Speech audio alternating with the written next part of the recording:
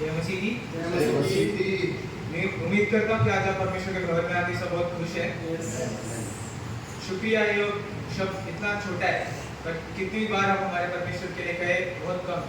उन्होंने हमारे जीवन में इतने कार्य किए कि हम लोग अगर उसकी लिस्ट बनानी भी स्टार्ट करें तो नोटबुक्स कम पड़ जाएगी।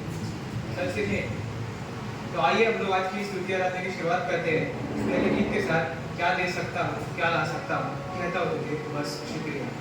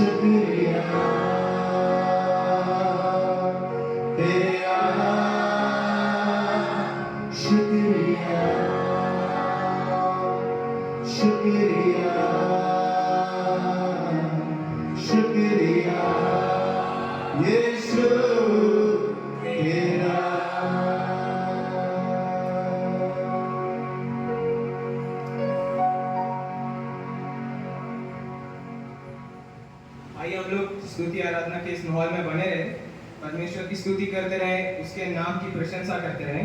और ये अगला गीत गाएंगे, तेरी स्तुति प्रशंसा हो, तेरी कल्पत महिमा हो।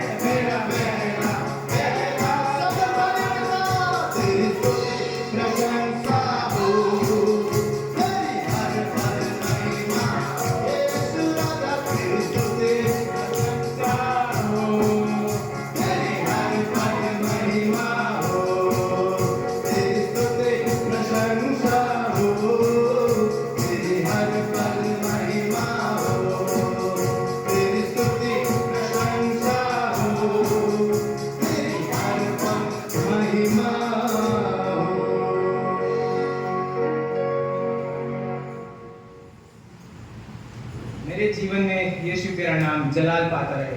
जलाल का अर्थ है यहाँ पे कि यीशु मसीह की महिमा और उनकी प्रशंसा हमारे जीवन में, हमारे हर कार्य से, हमारे जीने के हर तरीके से यीशु की महिमा पूरे संसार में फैलनी चाहिए। यीशु भी मत्ती 5:16 में भी हमसे यही कहता है। तो आइए हम घोषणा करेंगे कि मेरे जीवन में यीशु तेरा नाम जलाल पाता रहे, मेरे उठने बैठने और चलने में तुझे भाता रहे। मेरे जीवन में यीशु तेरा नाम जलाल पाता रहे। सब मेरे जीवन में यीशु तेरा नाम जलाल पाता रहे। ओ मेरे जीवन में यीशु तेरा नाम जलाल पाता रहे। मेरे जीवन में यीशु तेरा नाम जलाल पाता रहे। ओ मेरा उठना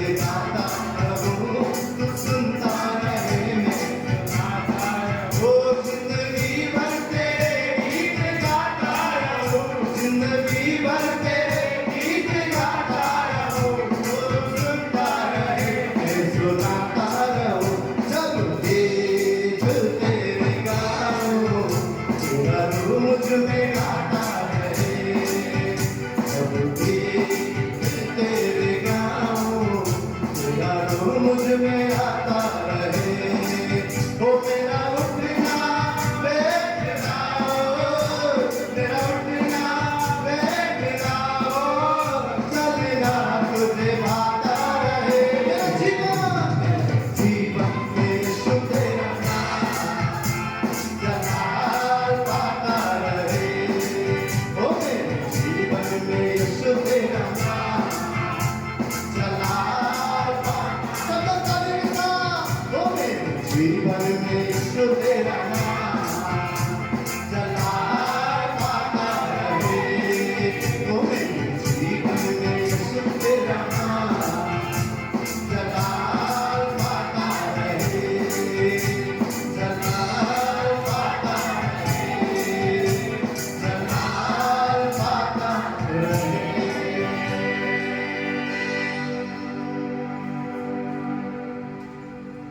यह वक्त है परमेश्वर की आराधना करने का, अपने हाथों को परमेश्वर की ओर उठाने का।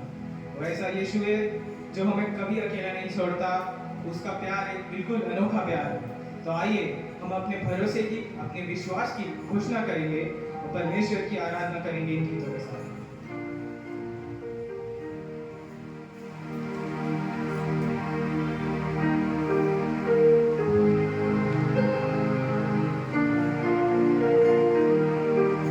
यीशुआ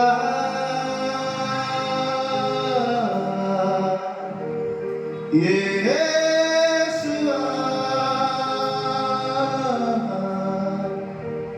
यीशुआ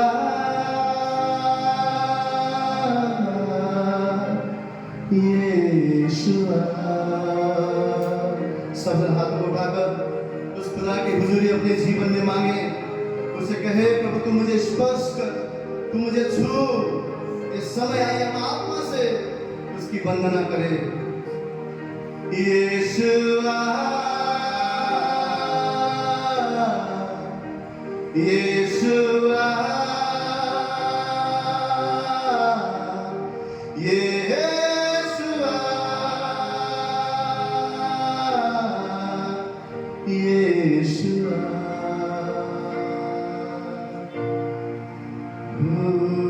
टूट कर बिखरने न देगा मुझे यीशु मसीह का प्यार।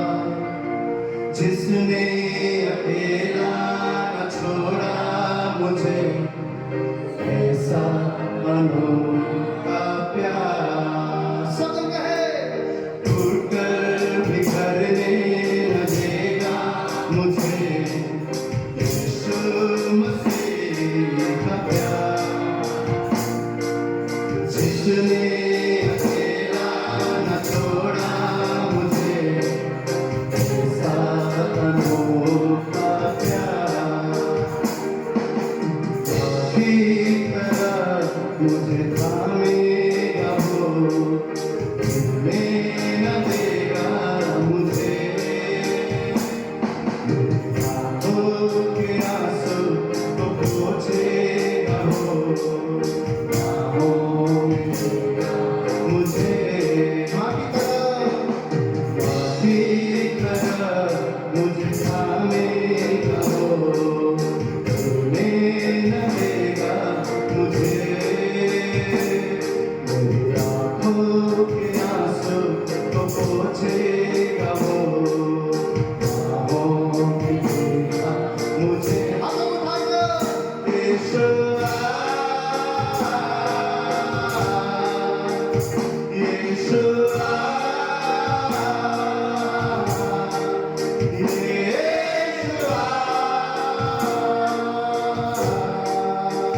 यीशुआ। सब कहे यीशुआ यीशुआ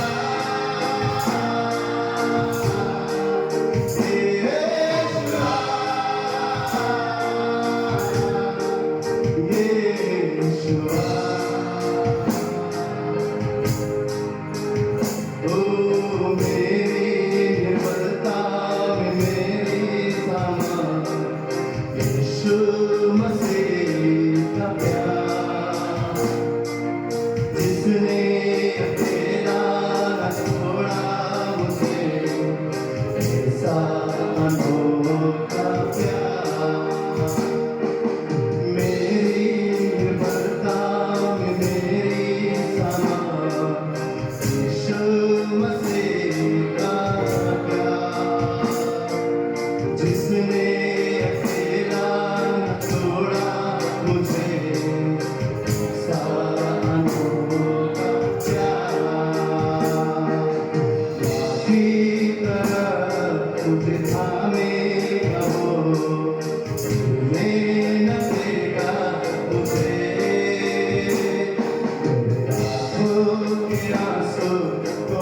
पहुँचेगा वो, ख्वाबों में मिलेगा मुझे। माँ की तरह तुझे थामेगा वो, मिलने न देगा मुझे। मेरी आँखों के आंसू तू पोंछेगा वो, बाहों में लेगा मुझे। यीशु आ, यीशु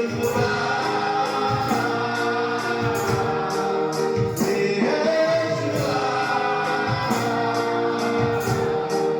यीशु आ। हाथों को उठाकर गाए, यीशु आ,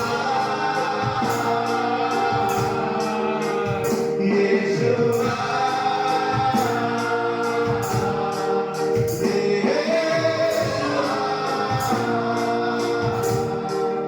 यीशु आ, ओ यीशु आ,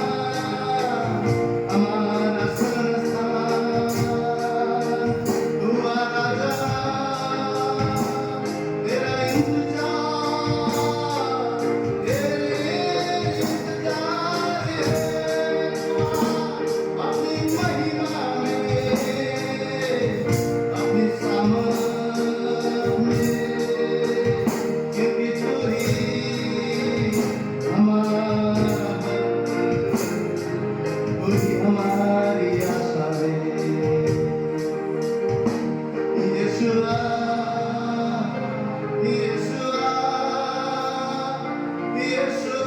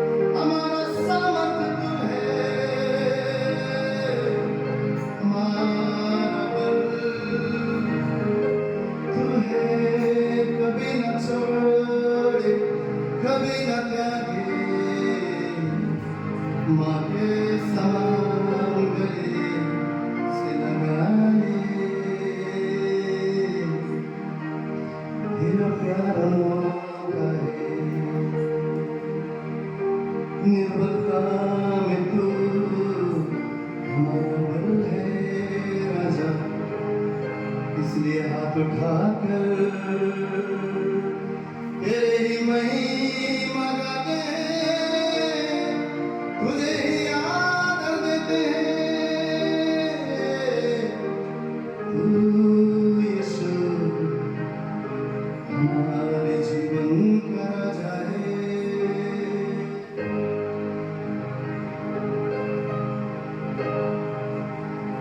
यीशु मसीह भरोसा मेरा, तू ही सहारा है मेरा। मुश्किल समय में तू ही दिलासा, साथ रहेगा तू सदा। सब जन घोष करें इस गीत के द्वारा। यीशु मसीह भरोसा तू ही सहारा रहेगा। मुश्किल समय में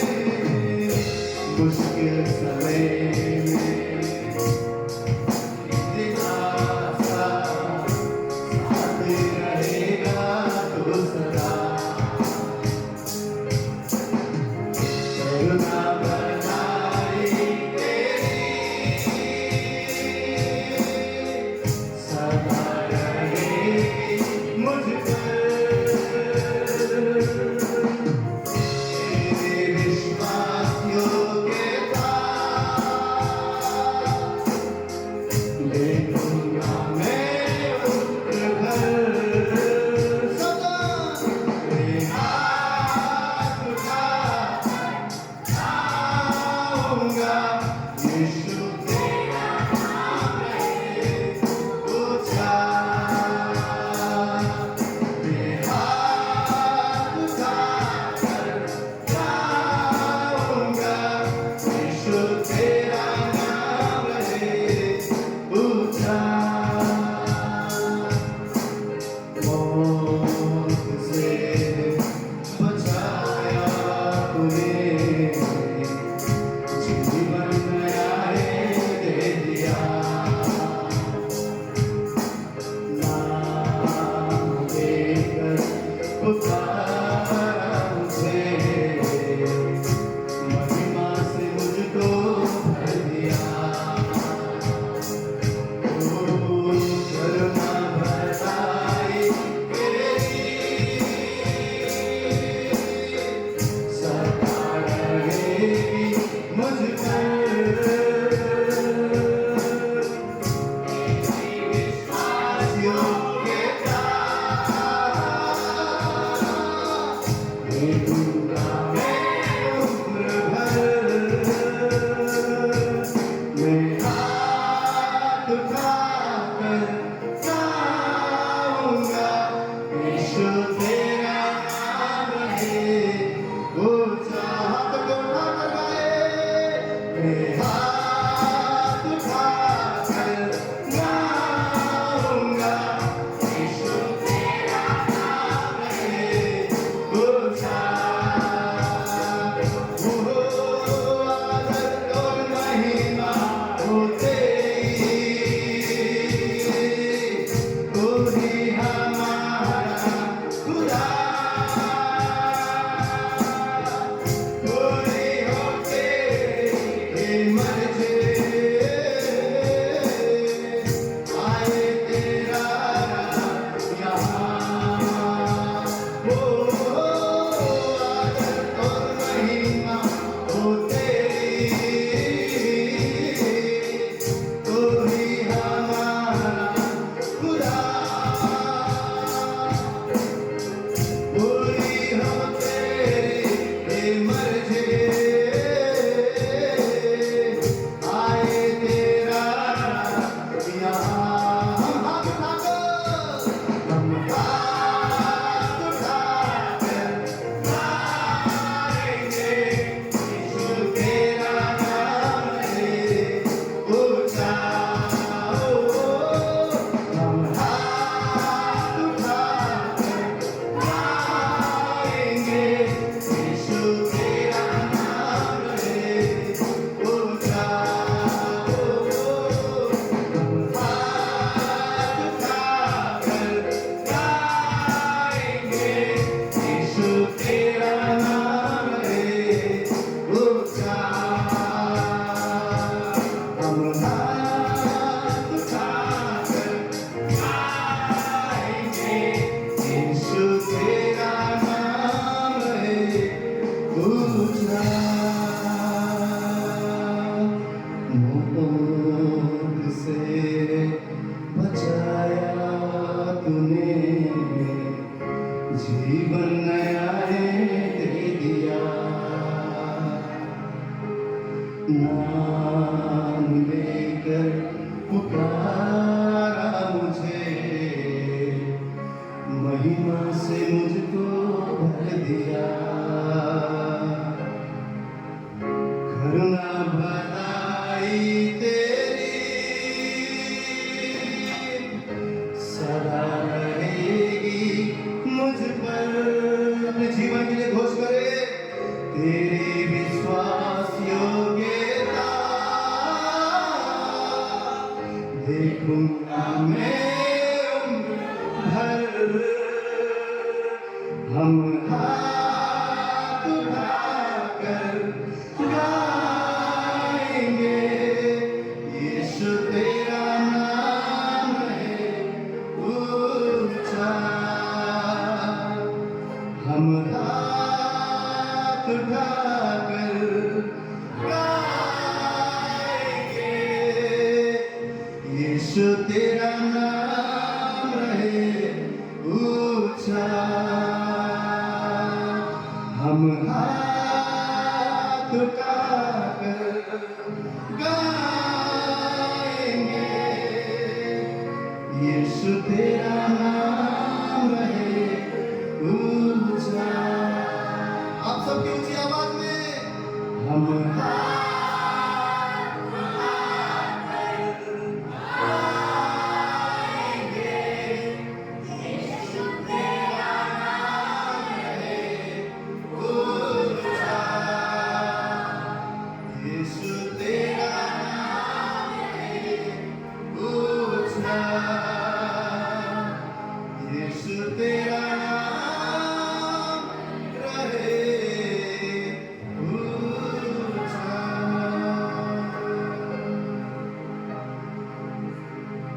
हम तेरे नाम को ऊंचा उठाते हैं परमेश्वर।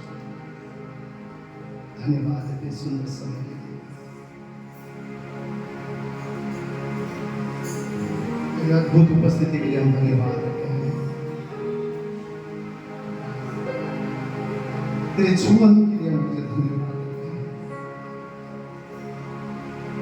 तेरी करुणा और दया जो हमारे जीवन में हुआ है उसके लिए धन्यवाद करते हैं कि प्रभु हमारे किए हुए के मुताबिक तूने हम पर दंड नहीं, परंतु तेरे प्रेम ने हमें बचा लिया। प्रभु तूने हमारे अपराधों को दूर किया।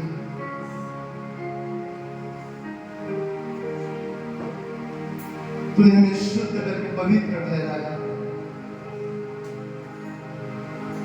तूने हमें बचाया है प्रभु। हम सब नरक के मार्ग में, हम सब अपने अपने पापों में खोए हुए थे। तुम्हें ढूंढने में आया, तूने हमें बचाया प्रभु। अपने लहू से तूने हमें खरीदा। हम हाथ उठाकर तुझे धन्य कहते हैं। हम तेरी स्तुति और प्रशंसा और महिमा करते हैं। तेरे नाम को जपते हैं। अपने जीवन के अंत तक प्रभु हम तेरे प्रेम के गीत गाएं, तेरी प्रशंसा करते रहे प्रभु, तुझे ऊंचा उठाते रहे, क्योंकि तू हमारा वजूद है, तू हमारा बल और तू हमारी सामर्थ है,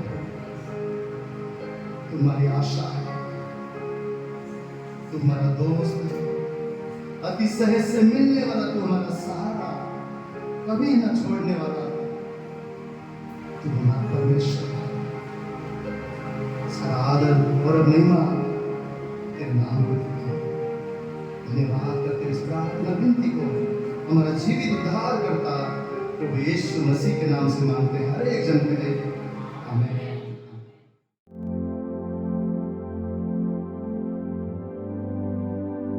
सबने उद्धार पाया है, कितने विश्वास करते हैं? सब उद्धार यीशु मसीह पर विश्वास करने के बाद। लेकिन आज आगे बढ़ने से पहले मैं सबसे एक क्वेश्चन करूंगा, एक प्रश्न पूछूंगा कि उद्धार हमें मिल चुका है या उद्धार हम पा रहे हैं या उद्धार हम पाने वाले हैं? इसका क्या उत्तर है? कोई कह सकते हैं? सब जन बोलेंगे उद्धार हमको मिल चुका है, या उद्धार हम पा रहे हैं, या उद्धार हमको मिलने वाला है? इसका क्या उत्तर हो सकता है? क्या उत्तर हो सकता है? भाई बोल सकता है? मतलब क्या सोचते हैं? कभी-कभी हम ये सोचते हैं कि उद्धार हमें मिल चुका है, क्यों? हमने यीशु पर विश्वास किया। कभी-कभी हम क्या सोचते हैं कि नहीं, उद्धार के लिए हम दिन प्रतिदिन काम कर रहे हैं। कभी-कभी हम क्या सोचते हैं, उद्धार तो उस दिन मिलेगा जिस दिन यीशु मसीह आने वाला है। इसका मतलब ना हमें उद्धार पूरी तरीके से मिल चुका है ना? ना हमें मिल रहा है, यानी कि हम कार्य कर रहे हैं परंतु पूरा नहीं मिला है, या हम ये सोचना है कि या यीशु मसीह आने के बाद हमें मिलने वाला है। अर्थात इन तीनों प्रश्न के द्वारा हमें क्या समझता है? उद्धार कंटिन्यूअसली यीशु मसीह आने तक का कार्य है। उद्धार को संभाल के रखना है। जो उद्धार हम यीशु मसीह पर विश्वास करने के द्वारा मिला है, उस उद्धार को हम खो भी सकते हैं, हमारे जीवन से जा भी सकता है, हम उसको हमारे जीवन से हटता हुआ भी देख सकते हैं। इसीलिए उद्धार कंटिन्यूअस प्रोसेस है। यीशु मसीह आने तक हमें कार्य करते रहना है, कार्य करते रहना है। और आज इस संसार में हम इतना ज्यादा मिलावट देखते हैं, इतना ज्यादा मिलावट। आज आम के पेड़ में अगर आप आम देखेंगे तो आम अच्छे तरीके से आए नहीं है, लेकिन मार्केट में इतने बड़े-बड़े आम, क्यों? मिलावट। सब्जियां हम देखते हैं ओरिजिनल छोटे-छोटे रहते हैं, इंजेक्शन दे के इतने बड़े-बड़े फ्लावर सब देखते हैं। अंडा के बारे में आपको पता है, बहुत सारे लोग बोलते हैं कि मुझे तो गावठी अंडा चाहिए, बॉयलर अंडा ना, गावठी अंडा। तो लोग क्या करते हैं, चाय पत्ती के पानी में गावठी अंडा को गरम लगा के ये बॉयलर नहीं गावठी अंडा बोल के भी बेचते हैं। इतना ज्यादा मिलावट संसार में आज है। हमारे फसल बैंक के मैनेजर भी नकली नोट कितने बार उनके बैंक में आता होगा। कई बार हम न्यूज़ देखते हैं, कुछ टाइम पहले का न्यूज़, एक आदमी ने, एक लड़के ने इतने सारे लाखों करोड़ रुपए घर में छाप के रखा और मिक्स करके असली नोट के साथ में दे दिया। तभी हम कभी-कभार जब 500 रुपए, 1000 रुपए, हमको 2000 रुपए का नोट मिल गया, नकली नोट को समझ नहीं आता बहुत बार, लेकिन जो उसमें काम करते हैं एक्सपीरियंस के द्वारा ऐसे देख के भी पता कर लेते हैं ये नकली है। तो संसार में आज इतने सारे चीजों में मिलावट है, बहुत सारे चीजों में मिलावट है, और इस मिलावट की वजह से नकली क्या है और असली क्या है, नकली क्या है, हम कभी-कभी धोखे में आ जाते हैं। एक दुकान में मैं गया, उधर एडिडास का शूज था। एडिडास ऐसा ब्रांड है जो कम से कम मैं समझता हूँ 4-5 हजार के नीचे वो शूज नहीं है, परंतु उस दुकान में उस शूज का कीमत कितना था? 600 रुपए। सेम दिखने वाला एडिडास, सेम बनाया हुआ, फर्स्ट कॉपी भी बोलते हैं, सेम। आज हर एक चीज में इतना ज्यादा मिलावट है, और आज हम ये भी सुनते हैं, ये भी जानते हैं, मिलावट की वजह से कोई भी जिंदगी के साथ खेला जा रहा है। अच्छा फ्रूट्स नहीं है, अच्छा खाना नहीं है। कितने ने सुना है प्लास्टिक का चावल मार्केट में आया हुआ है, प्लास्टिक का चावल मार्केट में आया हुआ है, तो मिक्स करके लोगों को दिया जाता है। कितने सारे मिलावट, धोखाधड़ी इस संसार में देखने को मिलता है, इतना ज्यादा। और इतना ही नहीं, आज आत्मिक जीवन में भी मिलावट आ चुका है, वचन में मिलावट आ चुका है, आराधना में मिलावट आ चुका है, परमेश्वर के पवित्र वचन में आज कैसे भी लोग तोड़-मोड़ करके वचन को बांट रहे हैं, किसी तरीके से अपने तरीके से लोग सिखा रहे हैं, छोटे भविष्य को खड़े हो चुके हैं। बाइबल का अंत के दिनों में कलीसिया के अंदर से झूठे भविष्यवक्ता उठ खड़े होंगे, जो झूठी बातों को सिखाएंगे। विश्वासी जीवन में भी आज मिलावट आ चुका है, विश्वास में भी मिलावट आ चुका है, हमारे भरोसा में मिलावट आ चुका है। इतने सारे चीजों में आज आत्मिक जीवन में भी हम मिलावट को देख रहे हैं। कुछ दिन पहले मैं एक वीडियो देख रहा था फेसबुक में, कहाँ का चर्च है, कौन है वो नहीं पता, परंतु अब्रोड का है, सब टाई में पहने हुए, बहुत बड़ा कलीसिया था, पास्टर था वहाँ पे, सारे जितने भी कांग्रेगेशन है बहुत हाई प्रोफाइल के लोग लग रहे थे, बहुत बड़ा क्राउड। वहाँ पर क्या होता है, होली लाफ्टर, किसी ने सुना है होली लाफ्टर? पवित्र हंसना।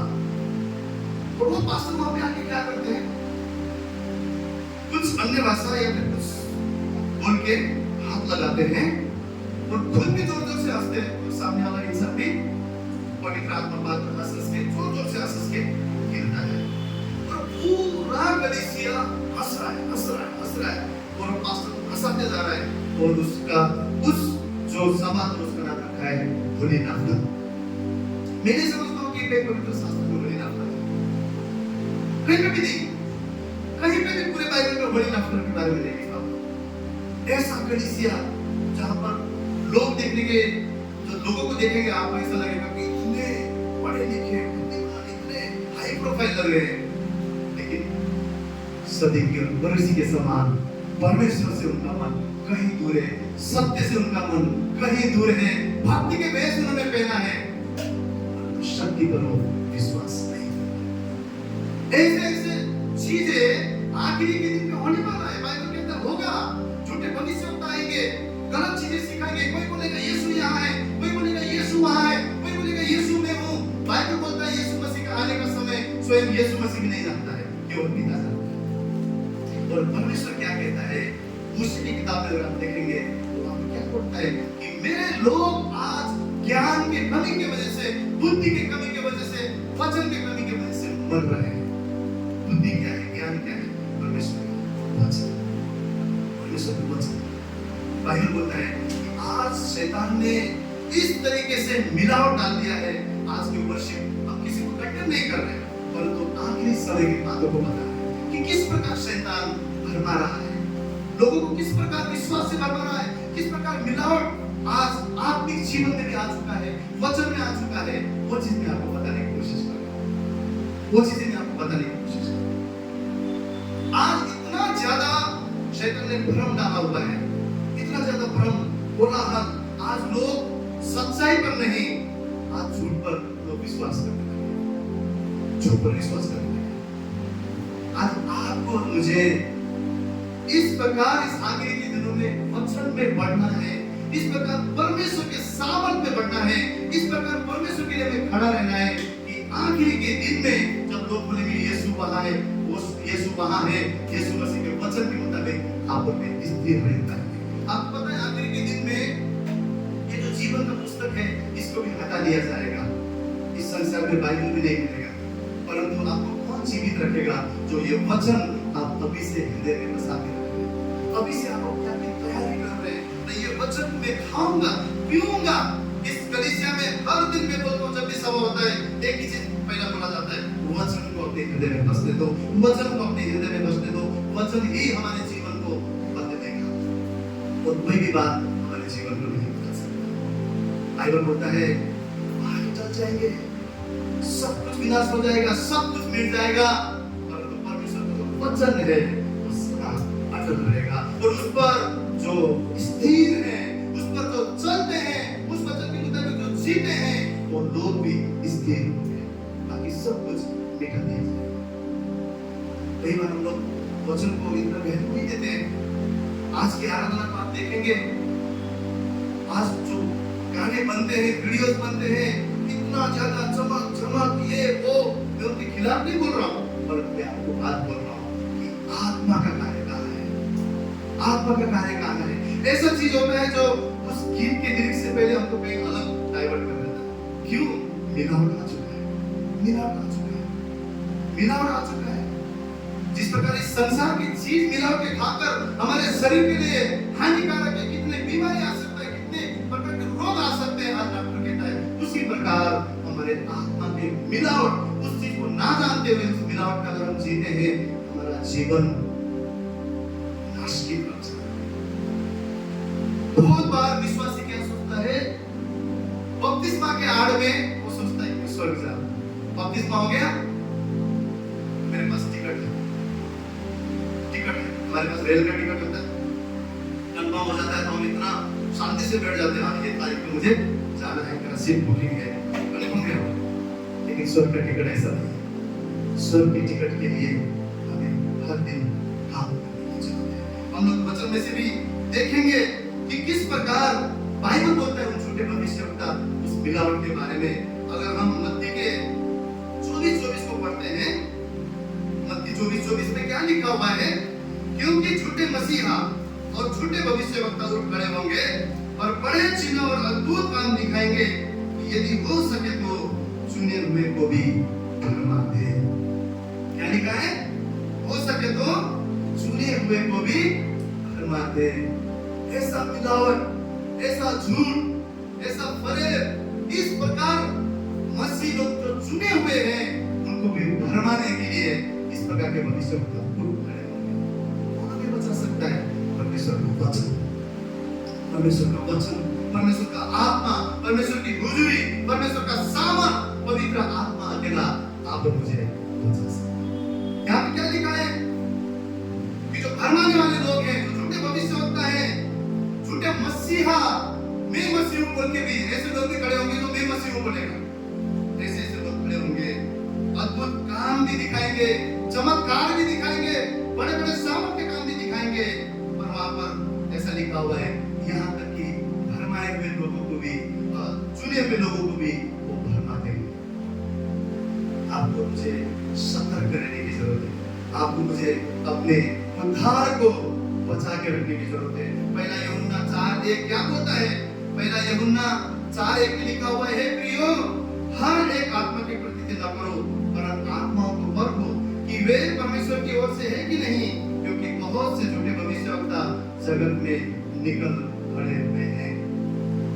यहाँ पे लिखा है कि आत्माओं को परखो। हम तो इस संसार में कई बार असली नकली को नहीं परख सकते हैं। आत्मिक जीवन में परखने के लिए जो परख का आत्मा है वो किसी मनुष्य के द्वारा नहीं है। परख का आत्मा पवित्र आत्मा के द्वारा है। पवित्र आत्मा का एक फल है, पवित्र आत्मा का एक दान है, एक गिफ्ट है, परखने का आत्मा। और जब पवित्र आत्मा के मुताबिक हम चलते हैं, हम जब प्रार्थना करते हैं, वो पवित्र आत्मा का दान हमें मिलता है। बाइबल बोलता है कि परख के आत्मा के द्वारा हम परख सकते हैं। और यहाँ पर क्या लिखा हुआ है पहले यूहन्ना 4:1 में कि तुम आत्मा को परखो। पवित्र आत्मा के द्वारा तुम दूसरे आत्माओं को, दूसरे चीजों को, दूसरे शिक्षाओं को, अपने जीवन में हर एक चीजों को परखो, जांच करने को ये वचन हमें बोलता है कि क्योंकि बहुत सारे झूठे भविष्यवक्ता जगत में निकल चुके हैं। आज आपको मुझे परखने की जरूरत है, परख की आत्मा की जरूरत है। शैतान ने आज क्या किया है? हमारे जीवन में पाप को इतने आसान तरीके से लेकर आ गया है। हमारा बपतिस्मा होने के बाद में भी, हम प्रभु में होने के बाद में भी, हम उस अनुग्रह के द्वारा जो जीते हैं, इतना ज्यादा कंफर्टेबल हो गए हैं कि हम कभी-कभी इतना पाप करते हैं कि पाप हमें पापने लगता है। हमको लगता है इट्स ओके, चलता है, इतना छोटा सा झूठ ना चलता है, छोटा सा बेविचार चलता है, छोटा सा फसाना चलता है, इधर उधर के बारे में बोलना, किसी को नीचे गिराना, किसी को उंगली उठाना चलता है, किसी के बारे में थोड़ा बहुत गुस्सा रखना, जलन रखना, क्रोध रखना, शरीर के कार्य हमारे अंदर चलता है। नो प्रॉब्लम, हम इंसान हैं। गलत है, गलत है। बाइबल यहाँ पर क्या बोलता है हमको कि यहाँ पर हमको परमेश्वर क्या सिखाता है? शरीर के मुताबिक नहीं, लेकिन आत्मा के मुताबिक हमें दिन बिताना है। शरीर का कार्य क्या है? शरीर का कार्य क्या है? मूर्ति पूजा, झूठ, बेविचार, रोना, कर्मी जादू होना, एक दूसरे की ईर्ष्या रखना, जलन रखना, ये सारी चीज क्या है? शरीर का कार्य। शैतान आज क्या करता है? इन चीजों की वजह से, इन शरीर के कार्यों की वजह से आपको मुझे पाप में रखता है, पाप में रखता है और ऐसा मिलावट करता है। हम कहते हैं इसको क्या चलता है, नो प्रॉब्लम, इतना ठीक है, कोई बात नहीं, चलता है। और हम ऐसे ही पाप से भरा हुआ जीवन जीते हैं। पाप हमारे जीवन में कभी भी परमेश्वर नहीं चाहता है। पाप के साथ परमेश्वर कभी भी समझौता नहीं कर सकता है, कभी भी नहीं कर सकता है। पुराने नियम में क्या था? कोई अगर बेविचार में पकड़ा जाता था तो पत्थर मार के उसको मारते थे, मार ही डालते थे। नए नियम में यीशु मसीह ने क्या बोला? उससे भी बड़ी बात बोला। अगर हम अनुग्रह की बात करते हैं तो यीशु मसीह ने क्या बोला? अगर तुम कुदृष्टि से किसी स्त्री को देखते भी हो तो तुम जाकर, तुम्हें पाप करने की जरूरत नहीं, तुमने पहले पाप कर चुके हो। हमें जाकर एक्ट करने की जरूरत नहीं है। किसी के धन संपत्ति से कर, हमने अगर लालच कर लिया, जाके चुराना उसका फल है, परंतु पहले लालच करना ही परमेश्वर बोलता है, पाप कर चुके हो। किसी के आशीष को देखकर जलते हो, किसी के जीवन को देखकर जलते हो, जाकर उसके विरुद्ध कुछ करने से पहले ही जो हमारे हृदय में जलन है, बाइबल बोलता है पाप तुमने कर चुके हो। यीशु मसीह ने, हम आज की डेट में बोलते हैं ओ प्रभु का अनुग्रह है, ओ प्रभु का अनुग्रह काफी है, बिल्कुल काफी है, परंतु अनुग्रह कभी पाप करने की इजाजत नहीं देता है। यीशु मसीह ने क्या बोला? अगर तुम मन में सोच भी लेते हो तो तुमने पाप कर चुके हो। शैतान आज मिलावट के द्वारा, इस धोखे के द्वारा, चलता है के द्वारा हमारे जीवन में पाप को लेकर आता है और हम उस चीज में सहन हो जाते हैं। हम लोग को लगता है ठीक है, शरीर में है, नो प्रॉब्लम, चलता है, शरीर कमजोर है, कोई बात नहीं, क्षमा मांगेंगे, उठेंगे, चलते रहेंगे, फिर से पाप करेंगे, वही हम चलते रहते हैं, करते रहते हैं। उस बेचारी स्त्री को यीशु ने क्या बोला? मैंने भी तुझे क्षमा किया, परंतु अब जाकर फिर से पाप न करना, फिर से पाप न करना। जब हमने और आपने यीशु मसीह को जान चुके हैं और अभी भी हम अगर शरीर के कार्य को करते हैं, पाप में जीवन बिताते हैं, तो बाइबल बोलता है कि हम सब बलिदान बाकी रह गया कि हम यीशु मसीह को फिर से क्रूस पर चढ़ाएं। अभी कोई बलिदान बाकी नहीं। जब भी हम पाप करते हैं, हमारे मसीह को हम क्रूस पर चढ़ाते हैं। तो ये शरीर के कार्य जो है पाप है, और पाप के द्वारा क्या होता है हम लोग पढ़ेंगे रोमियो 3 अध्याय उसका 23वां वचन। रोमियो 3 अध्याय उसका 23वां वचन में क्या लिखा हुआ है? इसलिए कि सबने पाप किया है और परमेश्वर की महिमा से रहित है। क्या लिखा है? इसलिए सबने पाप किया है और परमेश्वर की महिमा से रहित है। इसका अर्थ क्या है? अगर हम अभी भी पाप में हैं तो परमेश्वर की महिमा को हम कभी भी देख नहीं सकते हैं। परमेश्वर की महिमा को हम कभी भी नहीं देख सकते हैं। क्यों? अगर हम पाप में हैं। आपको पता है जब यीशु मसीह के ऊपर पूरा संसार का पाप था तो पिता ने भी उससे अपना मुंह फेर दिया। क्यों? आपके साथ परमेश्वर समझौता नहीं कर सकता। पवित्र है, पवित्र है, वो पवित्र है। और परमेश्वर ने कहा जैसे मैं पवित्र हूं तुम भी पवित्र बनो। और पाप दूसरा हमें क्या करता है हमारे जीवन में? यशायाह का अध्याय 59 वचन को आइए हम सब खोले। यशायाह उसका 59 उसका दूसरा वचन, वो इससे जोर से पढ़े। यशायाह 59 उसका दूसरा वचन। परंतु तुम्हारे अधर्म के कामों ने तुमको तुम्हारे परमेश्वर से अलग कर दिया है और तुम्हारे पापों के कारण उसका मुंह तुमसे ऐसा छिपा है कि वह नहीं सकता। क्या लिखा है? तुम्हारे अधर्म के कामों ने तुमको तुम्हारे परमेश्वर से क्या कर दिया है? अलग कर दिया है। दूसरा, तुम्हारे पापों के कारण उसका मुंह तुमसे ऐसा छिप गया है कि वो कभी तुम्हारा नहीं सुनता। दुआ करते हैं, हम उसे ढूंढते हैं, उसकी महिमा देखना चाहते हैं, परंतु बाइबल क्या बोलता है? हमारे अधर्म के कामों की वजह से वो हमसे ऐसा अलग हो गया है, हमारे पापों की वजह से उसने ऐसा अपना मुंह छुपा दिया है कि हम उसे पुकारते भी हैं वो सुनता नहीं है। क्यों?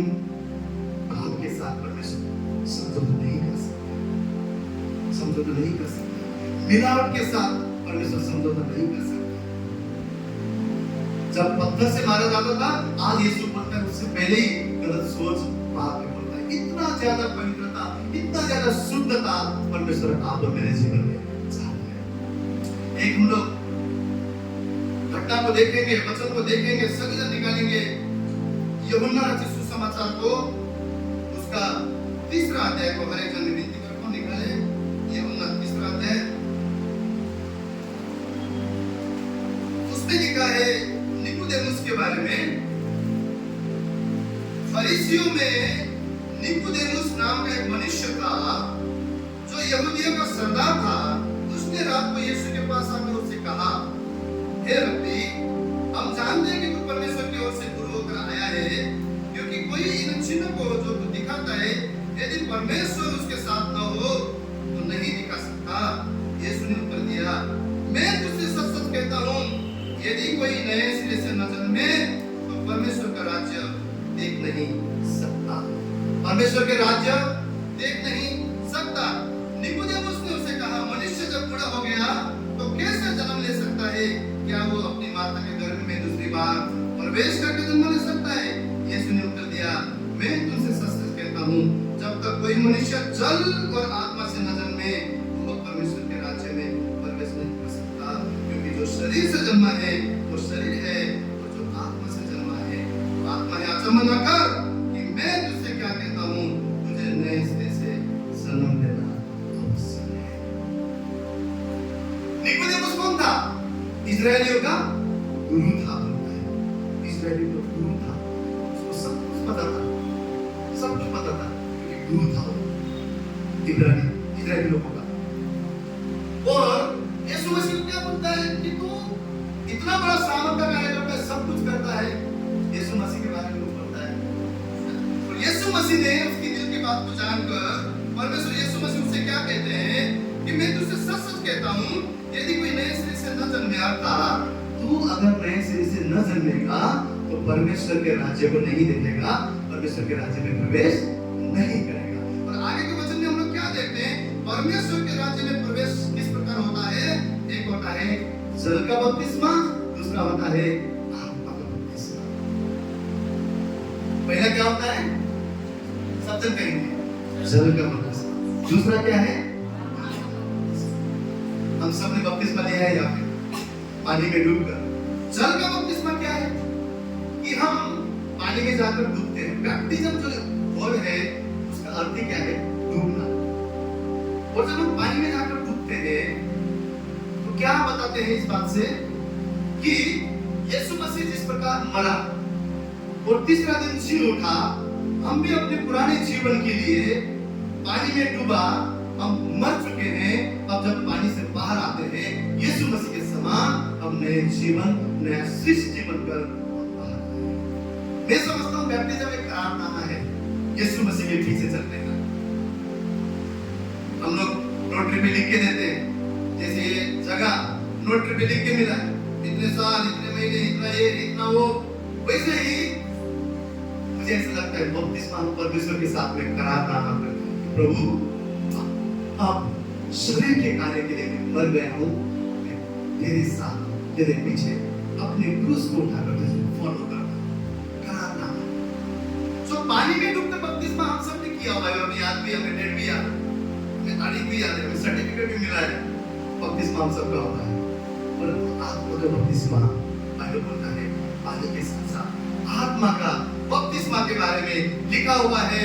और यीशु मसीह ने निकोदेमुस को क्या कहा? तुझे नए सिरे से जन्म लेना जरूरी है। और आज हम जानेंगे कि नए सिरे से जन्म लेना क्या होता है। प्रेरित के काम में अगर हम देखते हैं दूसरा अध्याय उसका 38 वचन में, मन फिराओ और तुम में से हर एक अपने पापों के लिए क्षमा के लिए यीशु मसीह के नाम से बपतिस्मा ले, तो तुम पवित्र आत्मा का दान अर्थात पवित्र आत्मा को पाओगे। जब हम बपतिस्मा लेते हैं पानी में डूबकर, तो यहाँ पर क्या लिखा है? पवित्र आत्मा का दान अर्थात पवित्र आत्मा का सामर्थ अर्थात पवित्र आत्मा तुम पर आता है। यीशु मसीह के बपतिस्मा के बारे में सबको पता है। अगर आप मत्ती के पुस्तक को 3 अध्याय में अगर आप देखते हैं जाके, तो उसमें यीशु मसीह के बपतिस्मा के बारे में कि यूहन्ना बपतिस्मा दाता यीशु मसीह से पहले आके कहता है स्वर्ग का राज्य निकट है, मन को फिराओ। और वो क्या करता है? लोगों को बपतिस्मा देता है। यीशु मसीह आते हैं यरदन नदी पर, यीशु मसीह कहते हैं कि मुझे भी बपतिस्मा दो। यूहन्ना बपतिस्मा दाता बोलता है, प्रभु मैं तो आपके जो शूज है, जो जूता है, उसके ताला खोलने की योग्य भी नहीं हूं, इसे कैसे कर सकता हूं? यीशु मसीह ने कहा ये ऐसे ही पूरा होगा, ये धर्म की बात है, ये किया हुआ बोला हुआ बात है, ये आज्ञा है और वचन है। उस मुताबिक उसने जब प्रभु ने कहा ये ऐसा ही होगा, यूहन्ना बपतिस्मा दाता यीशु मसीह को बपतिस्मा देते हैं। तो वहां पर हम लोग तीन चीज देखते हैं। पहला चीज हम लोग क्या देखते हैं? जब यीशु मसीह का बपतिस्मा होता है तब वो पानी से बाहर आते हैं, सबसे पहले क्या होता है? आकाश खुल जाता है, आकाश खुल जाता है। दूसरा चीज क्या होता है? कबूतर के समान पवित्र आत्मा यीशु मसीह के ऊपर आने लगता है। तो तीसरा चीज एक भविष्यवाणी, एक आकाशवाणी, एक कल्पम, एक वहां पर स्वर्ग यीशु के लिए साक्षी देता है पिता कहता है ये मेरा प्रिय पुत्र है जिससे मेरा दिल प्रसन्न है। बपतिस्मा हमारे जीवन में 3 चीजों को लेकर स्वर्ग खुल जाता है। बाइबल बोलता है हर भली चीजें ऊपर की ओर से आती है। आप और मेरे जीवन के लिए स्वर्ग खुल जाता है। दूसरा, पवित्र आत्मा आप मुझे दिया गया है, जो हमने प्रेरित के काम में भी पढ़ा। पवित्र आत्मा का दान, पवित्र आत्मा का सामर्थ, पवित्र आत्मा का मन फिराकर बपतिस्मा लेते हैं तो पवित्र आत्मा का सामर्थ आप और मेरे जीवन में आ जाता है। तीसरा, परमेश्वर पिता स्वर्ग हमारी गवाही देता है ये मेरा प्रिय पुत्र है जिससे मेरा दिल प्रसन्न है।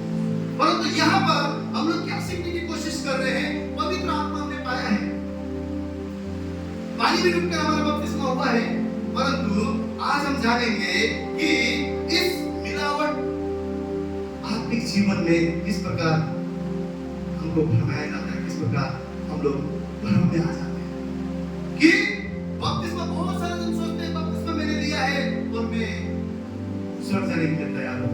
कोई लोग ये सोचते हैं मैंने बपतिस्मा लिया है, परमेश्वर की ओर से मुझे बहुत बड़ा रिवार्ड मिलने वाला है, और आज वो लोग जिनका बपतिस्मा हुआ है सिर्फ डायरी में है, बुक में है, मसीह में नहीं है। सच्चा बपतिस्मा का अर्थ, आत्मा का बपतिस्मा का अर्थ हम लोग जानने वाले हैं, क्योंकि आत्मा का बपतिस्मा क्या है और आत्मा हमें क्यों दिया गया है वो हम वचन से जानेंगे। पहले हम लोग पढ़ेंगे रोमियो 8:14। कोई से पढ़े रोमियो, उसका 8वां अध्याय, उसका 14वां वचन।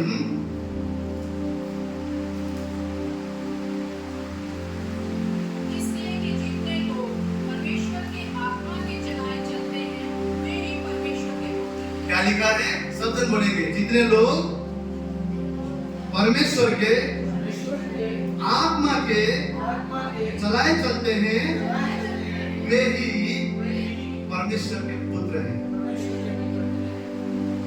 के पुत्र हैं जो आत्मा के द्वारा चले हैं, शरीर के द्वारा नहीं। आत्मा के कार्य को प्रकट करते हैं, आत्मा के फल को प्रकट करते हैं, आत्मा के पिता के जीवन को जीते हैं, वही लोग परमेश्वर के पुत्र होंगे। और ये पवित्र आत्मा हमें बपतिस्मा लेते समय एक तो पानी में डूबकर हमने करारनामा किया, दूसरा उस करारनामा को फुलफिल करने के लिए पानी में डूबकर जब हमने बपतिस्मा लिया, जो करारनामा किया उसे पूरा करने के लिए हमें आत्मा दिया गया है। कैसे? अगले वचन को हम लोग पढ़ेंगे, 13वां वचन को पढ़ेंगे 6 अध्याय में। यदि तुम शरीर के अनुसार दिन काटोगे तो मरोगे, यदि आत्मा से देह की क्रियाओं को मारोगे तो जीवोगे। सब जब फिर से ध्यान से सुनेंगे, फिर से सब। क्योंकि यदि तुम शरीर के अनुसार दिन काटोगे तो मरोगे, यदि आत्मा से देह की क्रियाओं को मारोगे तो जीवित रहोगे। समझा? आत्मा से देह की क्रियाओं को मारोगे तो जीवित रहोगे। शरीर के कार्य अगर हमारे अंदर अभी भी है, बपतिस्मा के बाद में भी, पानी में डूबकर आने के बाद में भी, उस करारनामा के बाद में भी, अगर हमारे जीवन में सिर्फ वही लेकर हम सोच रहे हैं कि स्वर्ग की ओर है, तो बाइबल क्या बोल रहा है? अगर आत्मा का बपतिस्मा हमारे जीवन में नहीं हुआ है तो शरीर की क्रियाओं को हम मार नहीं सकते, शरीर की क्रियाओं पर हम हावी नहीं हो सकते, शरीर की क्रियाओं को हम अपने बल की वजह से दबा नहीं सकते, हम क्रूस पर हर दिन अपने आप को क्रूसित नहीं कर सकते। इसीलिए आत्मा का बपतिस्मा हमें क्यों दिया गया है? आत्मा हमें क्यों दिया गया है? कि यहाँ पर क्या लिखा है? यदि आत्मा से देह की क्रियाओं को मारोगे, शरीर के कार्यों को मारोगे, तो तुम क्या होगे? जीवित। पवित्र आत्मा आप और मुझे इसलिए दिया गया है, इसलिए हमारा पवित्र आत्मा के द्वारा बपतिस्मा हुआ है, ताकि हर दिन हम शरीर की क्रियाओं को मारें, और शरीर के काम को हम जब मारते जाएंगे और आत्मा हम पर प्रबल होगा, तो बाइबल क्या लिखा है? 8:14 में हमने क्या पढ़ा? जो आत्मा के हिसाब से चलते हैं वही परमेश्वर के पुत्र होते हैं, वही परमेश्वर के पुत्र, परमेश्वर के बेटे बेटी। अर्थात इससे हमें क्या समझा? पानी की बपतिस्मा के साथ जब आत्मा का बपतिस्मा होता है तो हर दिन आत्मा के द्वारा हमें शरीर के कार्य को मारना है और आत्मा में जीकर, आत्मा में चलकर, आत्मा के दान और फलों से, आत्मा के कार्य के द्वारा हमारे जीवन को चलाकर हम ये साबित कर सकते हैं कि हम परमेश्वर के पुत्र और पुत्री हैं। तभी जाकर हम परमेश्वर के पुत्र और पुत्री कहलाते हैं। और यही चीज यीशु मसीह ने निकोदेमुस को कहा कि जो निकोदेमुस, तुझे क्या जरूरत है? नए सिरे से जन्म लेने की जरूरत है। पानी में, जल के द्वारा और आत्मा के द्वारा तुझे बपतिस्मा लेने की जरूरत है। उसके मुताबिक चलने की जरूरत है। तब जाके तेरा नया सिरे से जन्म होता है और तभी तू स्वर्ग के राज्य में जा सकता। आज हमारे लिए हमारा उद्धार जो परमेश्वर के द्वारा हमें मिला है, इस उद्धार को हम सिर्फ पानी में डूबा हुआ बपतिस्मा लेकर समझ रहे कि हमारा उद्धार हो चुका है, हम कुछ भी कर सकते हैं, वो एवरीथिंग फाइन, एनीथिंग हम कर सकते हैं, सब कुछ कर सकते हैं, वो हमारे पास बपतिस्मा है, हमने बपतिस्मा लिया हुआ है, हम चुने हुए मसीह हैं, हम कुछ नहीं सर हैं, वो हम कुछ भी कर सकते हैं। बाइबल बोल रहा है आत्मा तुम्हें इसलिए दिया गया है, शरीर के कार्य को मारकर तुम हर दिन आत्मा में चलने की, आत्मा में तुम चलोगे तभी तुम परमेश्वर के बेटे और बेटी कहलाओगे, तभी तुम परमेश्वर के बेटे और बेटी कहलाओगे। आज हम गलातियों के अध्याय को देखेंगे, 5वां अध्याय सब जन खोलेंगे कि ये शरीर का कार्य क्या है और आत्मा का कार्य क्या है। आइए हम गलातियों 5वां अध्याय और उसका 19वां, 20वां और 21वां वचन पढ़ेंगे।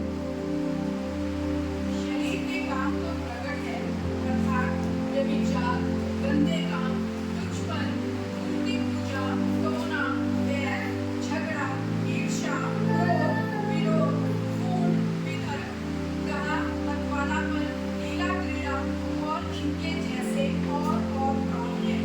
इनके विषय में मैं तुमसे पहले से कह देता हूँ, जैसा पहले कह भी चुका हूँ कि ऐसे काम करने वाले परमेश्वर के राज्य के वारिस न होंगे। एक बार हम लोग रिपीट करेंगे, शरीर का काम क्या है? हर एक जन बोले क्या है? व्यभिचार, विचार, गंदे काम, देखा, लूचपन, मूर्ति पूजा, रोना, बैर, झगड़ा, ईर्ष्या, क्रोध, विरोध, फूट, विधर्म, दाह, मतवालापन, लीला क्रीड़ा और इनके जैसे और काम। ये क्या है? शरीर के काम है, शरीर के काम है। परंतु अब हम आत्मा के काम पढ़ेंगे सर 22वां अध्याय। पर आत्मा का फल प्रेम, आनंद, शांति, धीरज, कृपा, भलाई, विश्वास, नम्रता और संयम है। ऐसे कामों के विरोध में कोई भी व्यवस्था नहीं। आत्मा के कार्य को भी हम सब बोलेंगे क्या है? प्रेम, आनंद, शांति, धीरज, कृपा, भलाई, विश्वास, नम्रता और संयम और ऐसे कामों के विरोध में कोई भी आत्मा का काम है।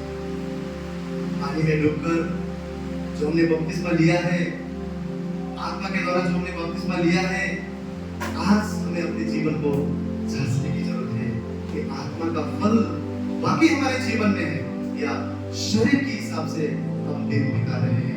बाइबल बोलता है अगर हम शरीर से जी रहे हैं तो हमें मृत्यु है, लेकिन अगर हम आत्मा के मुताबिक जी रहे हैं, आत्मा के बपतिस्मा के साथ हम उस आत्मा के द्वारा शरीर के कार्य को मारकर आत्मा से हम चल रहे हैं, तो बाइबल बोलता है जीवन है, अनंत काल का जीवन, स्वर्ग और परमेश्वर के साथ में अनंत काल का घर है। यही चीज यीशु मसीह वहां पर निकोदेमुस को कह रहे थे कि बाबा तू गुरु है, तू इस्राएली का गुरु है, सब कुछ है, लेकिन तुझे इस तरीके से नए सिरे से जन्म की जरूरत है।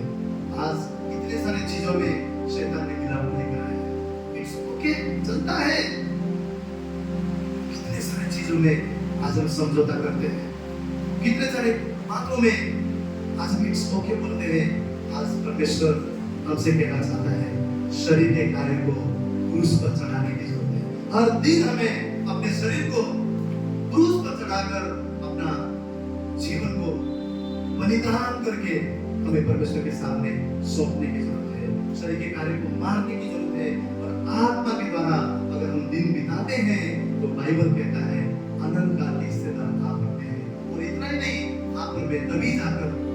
परमेश्वर के बेटा और बेटी कहलाते हैं। पहली चीज हमने देखा कि नए सिरे से जन्म होना बपतिस्मा का जल का और आत्मा का बपतिस्मा हमारे जीवन में होना चाहिए और हर दिन आत्मा हमारे शरीर को कार्य मारना चाहिए। वो बपतिस्मा डेली हमारे जीवन में कार्य रहना चाहिए। दूसरा चीज, परमेश्वर के साथ में घनिष्ठ संबंध परमेश्वर चाहता है। घनिष्ठ संबंध। आज एक फसावट क्या है पता है? अरे मैं तो परमेश्वर की आराधना करता हूँ, मैं तो आराधना का लीडर हूँ, मैं तो प्रचार करता हूँ, मैं तो प्रार्थना करता हूँ, मैं तो कहीं अपने जीवन में दुष्ट आत्मा को भी भगाता हूँ, मैं तो यहाँ दौड़ता हूँ, वहां दौड़ता हूँ, ये करता हूँ, वो करता हूँ। मैं कैसे क्या परमेश्वर के राज्य में नहीं घुस सकता? बहुत बड़ा भ्रम, बहुत बड़ा झूठ। बहुत अच्छी बात है, हमें सेवा करना है, हमें प्रार्थना करना है, हमें चर्च जाना है, हमें बाइबल पढ़ना है, हमें संगति रखना है, हमें आराधना करना है, हमें उसकी महिमा करना है, उसके लिए कार्य करना है, हमें भागना है, सब कुछ हमें करना है। परंतु इतने सब कुछ करते हुए अगर हम शरीर में हैं, अगर हम पाप के साथ में हैं, अगर हम मिलावट में हैं, अगर हम झूठी शिक्षा में हैं, अगर हम फसावट में हैं, अगर हमारा संबंध परमेश्वर के साथ में गहरा नहीं है, पर्सनल रिश्ता नहीं है, व्यक्तिगत रिश्ता नहीं है, तो हम उस स्वर्ग को मिस कर सकते हैं, उद्धार से वंचित रह सकते हैं। एक होता है धर्म कर्म का कार्य।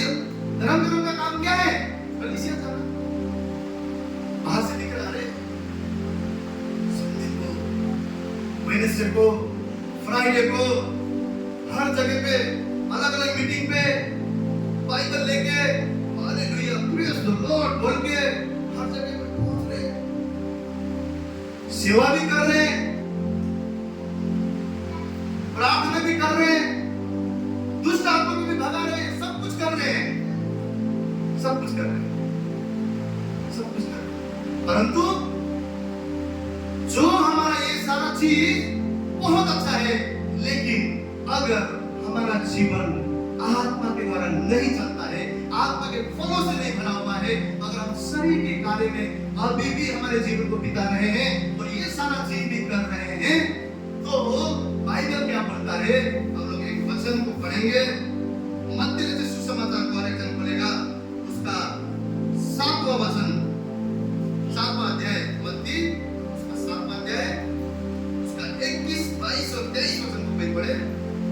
जो मुझसे हे प्रभु कहता है, उनमें से हर एक स्वर्ग के राज्य में प्रवेश न करेगा, परंतु वही जो मेरे स्वर्गीय पिता की इच्छा पर चलता है, उस दिन बहुत से लोग मुझसे कहेंगे, हे प्रभु, क्या हमने तेरे नाम से भविष्यवाणी नहीं की और तेरे नाम से दुष्ट आत्मा को नहीं निकाला और तेरे नाम से बहुत आश्चर्य कर्म नहीं किए? तब मैं उनसे खुलकर कह दूंगा, मैं तुमको कभी नहीं जाना, मैंने हे कुकर्म करने वालों मेरे पास से चले जाओ, हे कुकर्म करने वालों मेरे पास से चले जाओ। यहाँ पर क्या लिखा हुआ है? दो चीज। एक तो जो मुझसे कहेंगे हे प्रभु यीशु मसीह उनसे क्या बोलता है? हर एक जन जो हे प्रभु कहता है वो स्वर्ग के राज्य में प्रवेश नहीं करेगा, परंतु वही प्रवेश करेगा जो मेरे पिता के आज्ञाओं पर चलता है। कौन प्रवेश करेगा? पहला चीज, पिता के आज्ञाओं पर चलता है। और पिता का आज्ञा क्या है? पिता की आज्ञा क्या है? जो भी उसने इस वचन में लिखा हुआ है, हर एक बातों को हमें मानना है, आत्मा के द्वारा चलना है, शरीर के कार्य को हमारे जीवन से हटाना है और आत्मा के द्वारा, आत्मा के सामर्थ्य के द्वारा शरीर की क्रियाओं को नाश करते जाना है, हटाते जाना है, पिता की इच्छा पर चलना है। यहाँ पे क्या लिखा है? हे प्रभु बोलने वाले नहीं, परंतु मेरे पिता के आज्ञाओं पर चलने वाले स्वर्ग के राज्य में प्रवेश करेंगे। दूसरा चीज हमने यहाँ पे क्या देखा कि तुम कहोगे मेरे प्रभु तुम्हारे नाम से, यीशु आपके नाम से दुष्ट आत्मा को भगाया, आपके नाम से मैंने सेवा किया, लोगों को बचाया, कहीं लोग को मेरे हाथ पर लाया, आपके नाम को मामलों के जीवन में छोड़ा, मैं यहाँ दौड़ा वहां दौड़ा, इतने साल मैंने आपके लिए कार्य किया। प्रभु बोलता है हे कुकर्मियों, हो जाओ, मैं तुम्हें जानता नहीं। क्यों? शरीर के कार्य में,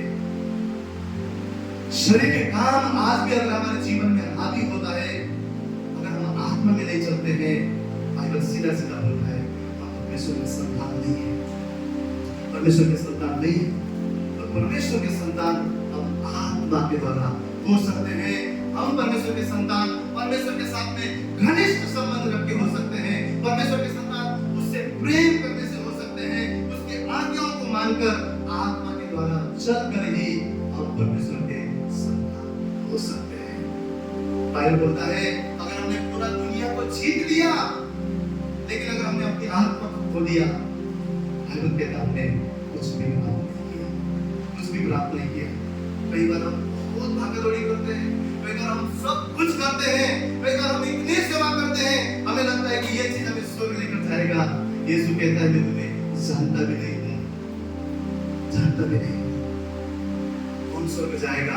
जो धर्मी जीवन जीता है, परंतु धर्म कर्म का काम नहीं, सिर्फ दिखाने के लिए बाइबल नहीं, सिर्फ किसी को इंप्रेस करने के लिए ऊंचे स्वर में गाना नहीं, वो हाथ को उठाना नहीं, वो आराधना लीड करना नहीं, वो प्रार्थना करना नहीं, किसी को दिखाने के लिए नहीं, अपने फायदे के लिए नहीं। ये सारा चीजों को सेवा करना है, गीत गाने, सब कुछ करना है, परंतु उससे पहले बाइबल कहता है हमें आत्मा के द्वारा चलने की जरूरत है, आत्मिक जीवन जीने की जरूरत है। हमें आत्मा का जो हमने बपतिस्मा लिया है, उस आत्मा के द्वारा शरीर की क्रियाओं को मारने की जरूरत है और उसकी राह पर हमें आज्ञाकारी बनकर चलने की जरूरत है। कब तक? कब तक? जब तक हमारा प्रभु यीशु मसीह हमें दे दे आज्ञा देंगे। जब तक वो दिन नहीं आता है, हमें अपने आप को पवित्र रखना है। आपको पता है जो 10 कुमारी थे, उनमें से 5 क्या थे? बुद्धिमान थे, और 5 क्या थे? मूर्ख थे। दिया तो दोनों के पास में थे, 5 मूर्ख के पास में भी दिया था, उनका भी जल रहा था।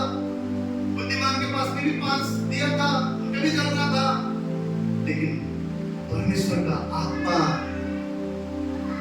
हमें क्या करता है? परमेश्वर के बुद्धि भी देता है, परमेश्वर का ज्ञान भी देता है, परमेश्वर का समझ भी देता है, जो उन बुद्धिमान कुमारी के ऊपर हमने देखा। उन्होंने क्या किया? उन्होंने ये भी सोचा, अरे मेरा राजा देर तो नहीं करेगा, हमें हम क्या करेंगे? अतिरिक्त तेल भी साथ में जाएंगे। जो मूर्ख स्त्री थे, तेल भी था, उनके मसाले भी चल रहे थे, परंतु अतिरिक्त तेल उन्होंने नहीं लिया। अपना बुद्धि समझ का सहारा परमेश्वर की ओर से उन्होंने नहीं दिखलाया। हम क्या देखते हैं? और बाइबल उनको मूर्ख कहता है, उन्होंने सिर्फ दुनिया को देखकर। और एक और चीज आगे हम पढ़ते हैं, तो एक और बार हमको बुद्धिमान स्त्रियों को देखने को मिला। वो क्या बोलते हैं कि तुम जाकर है ना कहीं से अपने लिए मोल लेकर आओ, खरीद के लेकर आओ एक्स्ट्रा तेल, क्योंकि ये जो मांगने लगे ना हमको आना दो। वो क्या बोलते हैं? अगर हम तुमको भी दे देंगे तो हमारे लिए भी नहीं होगा, तुम्हारे लिए भी नहीं होगा, इससे अच्छा तुम जाके खरीद के लेकर आओ। वहां पर भी उन्होंने बुद्धि दिखाया, उन्होंने बुद्धि दिखाया। कई बार हम लोग आत्मा में चलते हैं, परंतु बुद्धि में नहीं चल रहे हैं। आत्मा में हम सोचते हैं बहुत कुछ हम आत्मा में कार्य कर रहे हैं, परंतु परमेश्वर बोलता है बुद्धि से भी तुम्हें चलना है। बुद्धि के कमी की वजह से, ज्ञान के कमी की वजह से फिर लोग मर रहे हैं। उन्होंने क्या किया? अतिरिक्त तेल को लेकर दुनिया का वेट किया, ये लोग चले गए। जब दूल्हा आया, उसे 5 जन जो तैयार थे उनको लेकर उसने दरवाजा बंद कर दिया। ये मूर्ख स्त्री आकर खटखटाने लगे, हमारे लिए खोलो, हमारे लिए खोलो, हमारे लिए खोलो। क्या दरवाजा खुला? नहीं खुला। अनुग्रह का समय है, अनुग्रह का समय है। समय रहते ही हमें अपने जीवन को सुधार करना है। जब वो राजा नीले आसमान में आएगा, बाइबल बोलता है पलक झपकते ही इतना जल्दी तुरही रुक जाएगा। जो तैयार है वही तुरही की आवाज को सुनेंगे। जो अपने आप को शुद्ध रखे हुए हैं, जो अपने आप को तैयारी के साथ रखे हुए हैं, वही उस तुरही की आवाज को सुनेंगे और पलक झपकते ही वो यीशु के साथ उठा लिए जाएंगे। आज पता है यीशु मसीह के आगमन नहीं पीता है। क्यों? संसार में इतना मिलावट आ चुका है, मिलावट आ चुका है। आपका अगर प्रार्थना ये होना चाहिए, प्रभु मैं तुझे क्या दूं, मेरे जीवन से मैं तुझे क्या करूं, मैं किस प्रकार तेरी सेवा करूं प्रभु, मेरा इस्तेमाल कर। आप में से कितने जन का प्रार्थना ये है कि प्रभु मैं तेरे लिए जीना चाहता हूं? कितने जन का प्रार्थना?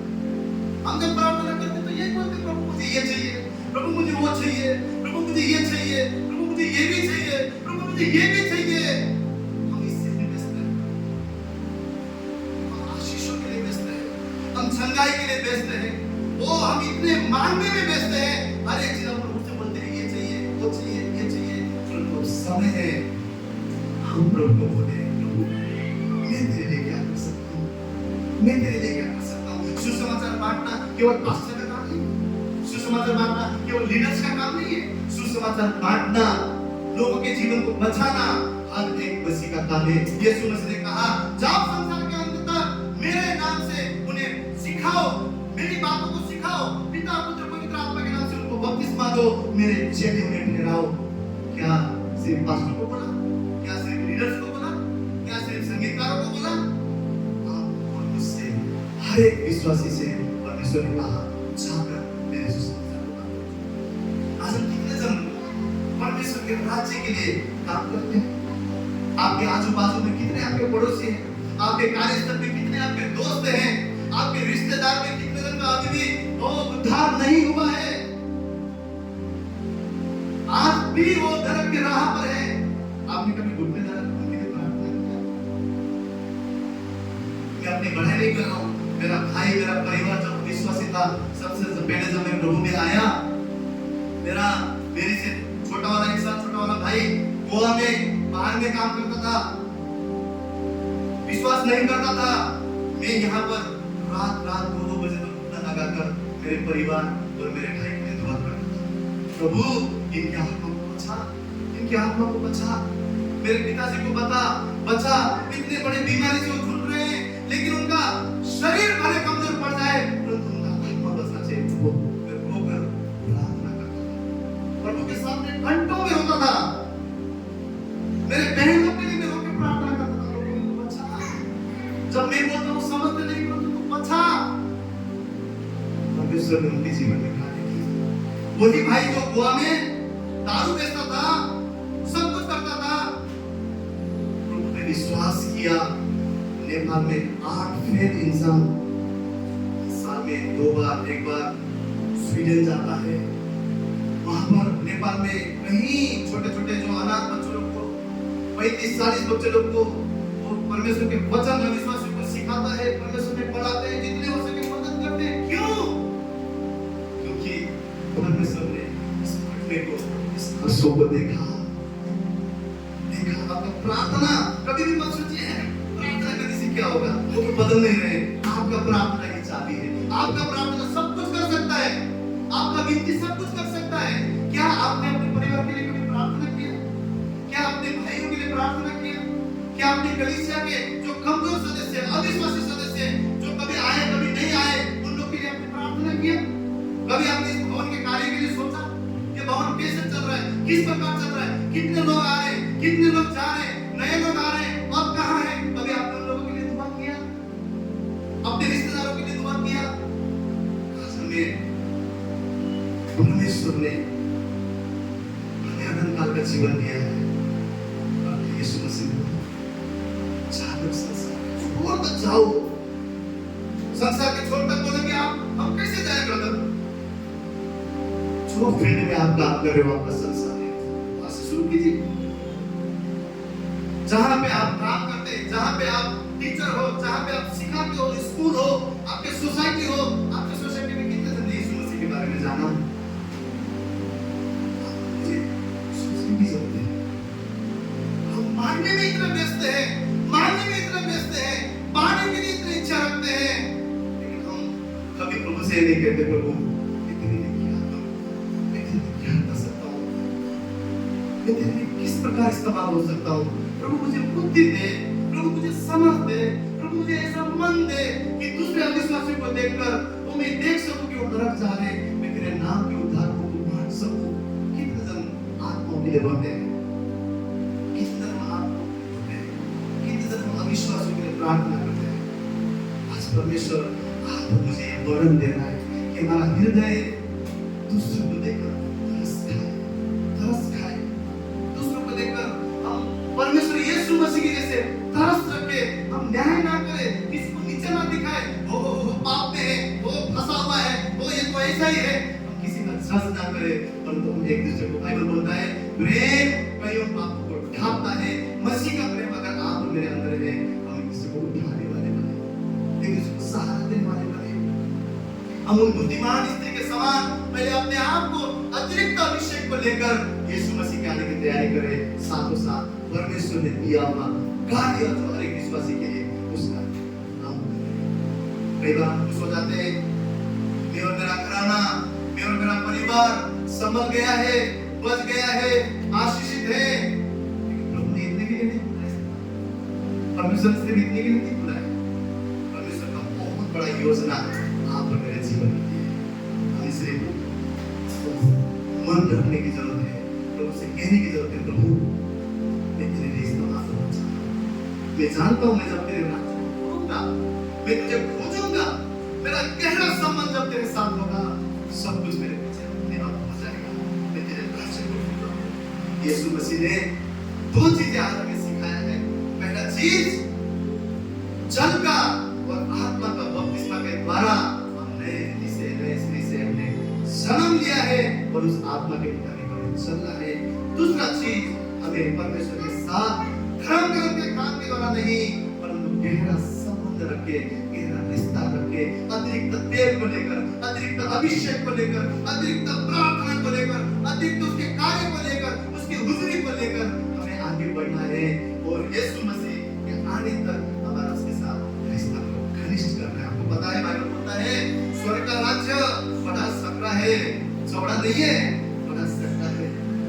कभी-कभी हम मसीह जीवन बोलते हैं बड़ा अच्छा, कुछ भी कर सकते हैं, अनुग्रह है, नहीं है। बाइबल बोलता है स्वर्ग का राज्य, स्वर्ग का राह, मार्ग, सड़क बहुत ही सकरा है, चौड़ा है वो मार्ग जो विनाश की ओर, जो नरक की ओर लेकर जाता है। इतने बड़े नासिक में कितने कम लोगों ने चुना है। सिस्टर ने शुरुआत में क्या बोला? गुफा बोलता है मैं अंधेरे में हूँ। जब वो सूरज के पास गया तो रोशनी हो गया। और गुफा बोलता है अभी मेरे हो गया, मेरे को सूरज वहां आया, अंधेरा रह सका? नहीं रह सका। आपके अंदर अगर मसीह का उजाला है, मसीह की उजाले में अगर आप हमें चल रहे हैं, इस संसार की जो अंधेरा है, हमारे आजू बाजू के अंधेरा है, हमारे घर के अंधेरा है, जो अभी भी हमारे जीवन का अंधेरा है, दिख नहीं सकता है, क्योंकि यीशु मसीह रोशनी। हालेलुया। आज आप और मुझे नए सिरे से जन्मने की जरूरत है। फिर से एक बार अपने आप को नए सिरे से जन्म करने की जरूरत है। और दूसरा चीज परमेश्वर के साथ में घनिष्ठ संबंध रखने की जरूरत है, परमेश्वर से प्रेम करने की जरूरत है। मिलावट के जीवन में, मिलावट के संसार में, इस संसार के साथ साथ क्या आत्मिक जीवन में भी हम मिलावट के जीवन तो नहीं जी रहे हैं? तो मुझे सोचने की जरूरत है। आपको मुझे अपने आप की जांच करने की जरूरत है और यीशु आने के समय तक अपने आप को